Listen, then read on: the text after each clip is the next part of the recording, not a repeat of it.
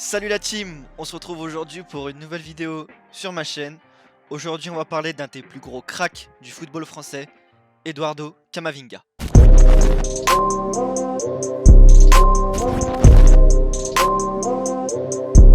Le 6 avril 2019, contre Angers, Julien Stéphan décide de lancer un tout nouveau joueur formé par le Stade Rennais, Eduardo Camavinga.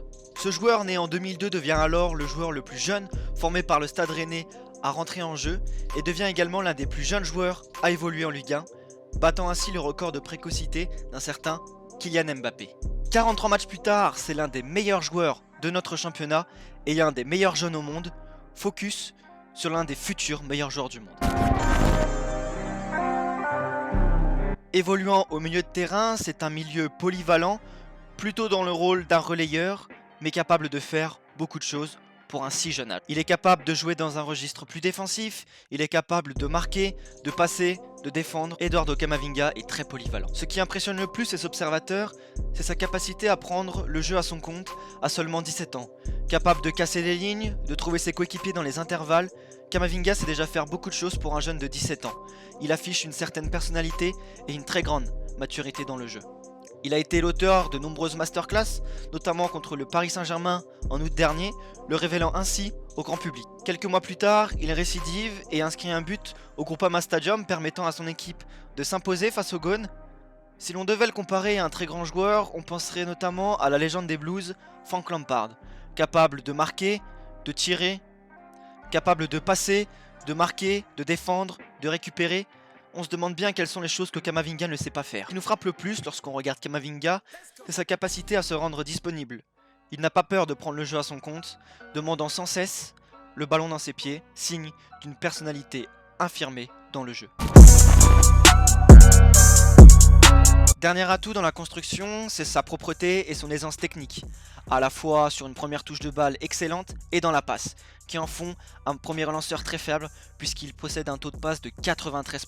Quitte à être un peu trop parfois dans la facilité et dans le confort, mais c'est compréhensible à un si jeune âge. En attaque, son gros point fort c'est surtout sa percussion et sa projection, sa capacité à être un très bon contre-attaquant, et ça Julien Stéphan l'a très bien compris. Grâce à son explosivité et sa capacité à éliminer, il a pu notamment marquer ce but sensationnel contre Lyon comme je l'ai dit auparavant, mais possède également une très grosse vitesse sur sa première accélération. Cependant, Camavinga doit encore progresser dans certains domaines, notamment dans le secteur défensif. Bien que personne ne réalise autant de tacles que lui avec une moyenne de 4,7 tacles par match, il doit encore progresser dans les interceptions ou encore dans la notion tactique. Et même malgré son petit gabarit pour un milieu de terrain, puisqu'il fait seulement 1m82, il doit peut-être prendre un petit peu plus de musculation et étoffer un peu son gabarit, mais attention à ne pas devenir un bodybuilder et s'exposer à de nombreux risques de blessures. Camavinga devra aussi s'améliorer dans le secteur offensif. On a vu qu'il était capable de marquer, qu'il était capable de passer, mais cette année, Camavinga c'est seulement un but et 2 passes décisives en seulement 25 matchs de Ligue 1. Et c'est trop peu quand on regarde ses actions décisives. Un but sensationnel contre Lyon, une passe décisive parfaite contre le Paris Saint-Germain, c'est ce genre de passe que Camavinga devra sans cesse reproduire à l'avenir et prendre un petit peu plus de risques dans son jeu. En Ligue 1, on peut également noter qu'il crée trop peu d'occasions. Concernant ses stats, elles sont pas très bonnes concernant le secteur offensif puisqu'il n'a touché que 11 ballons dans la surface adverse, n'a donné que 7 passes débouchant un tir et seuls 12% de ses passes ciblent les 30 derniers mètres. Alors oui, Camavinga sera très certainement un très grand joueur, oui Camavinga sera certainement le futur milieu de terrain de l'équipe de France, mais il devra s'améliorer. Je sais qu'on parle d'un joueur qui a seulement 17 ans, qui est issu de la génération 2002, qui joue encore dans un petit club comme le Stade Rennais. C'est ce genre de profil qui manque à l'équipe de France à l'heure actuelle. Un Kanté, bien qu'il soit très fort à la récupération, n'est pas très bon à la première relance. Un Pogba, qui est très fort en création, n'est pas forcément super bon en récupération de ballon. Alors, c'est peut-être un profil très complémentaire qui manque et qui nous fera peut-être soulever de nombreuses coupes, comme l'Euro 2021. Mais Camavinga sera très certainement un milieu de terrain d'un des futurs grands clubs européens.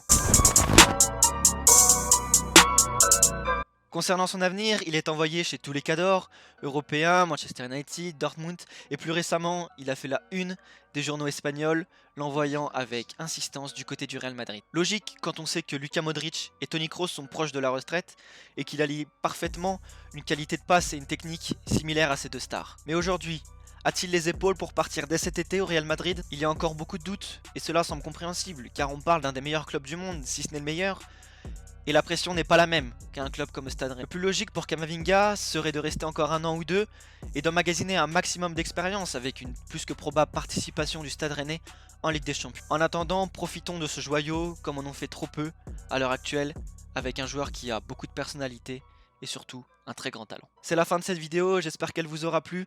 N'hésitez pas à me suivre sur les réseaux sociaux et à lâcher un petit pouce bleu si ce genre de format vous plaît. Je vous dis à très bientôt, ciao la team.